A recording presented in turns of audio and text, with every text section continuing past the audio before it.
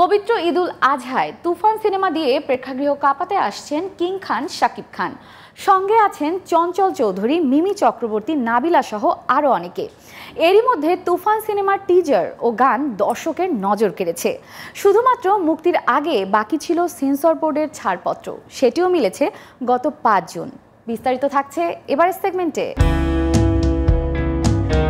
বেশ জোরে সোরেই ঘোষণা আসে কিং খান শাকিব খানের তুফান সিনেমার।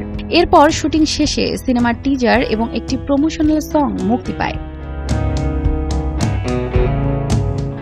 তখন কিছু মানুষ সমালোচনা করলেও সাধারণ দর্শকের আগ্রহের তুঙ্গে চলে আসে কন্টেন্ট দুইটি।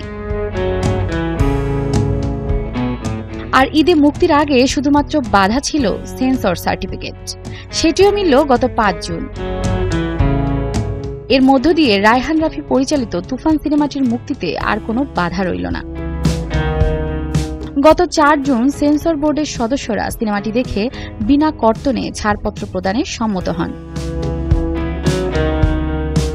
সেন্সর সনদ হাতে পেয়ে উচ্ছ্বসিত তুফান টিমের সবাই।